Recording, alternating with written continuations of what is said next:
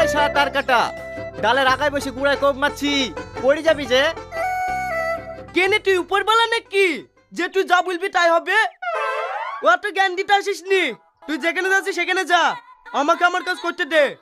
ঠিক আছে কাট, যখন পড়ে গিয়ে হাত তো ভাঙবে তখন ঠিক বুঝতে পারবি।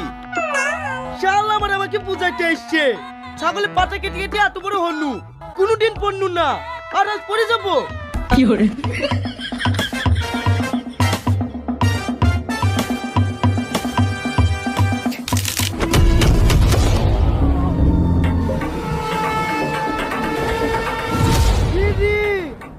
ও বললো আর আমি পড়ে কেন? ও জানলো কি করি? তার মানে ও নিশ্চয়ই উপরওয়ালা।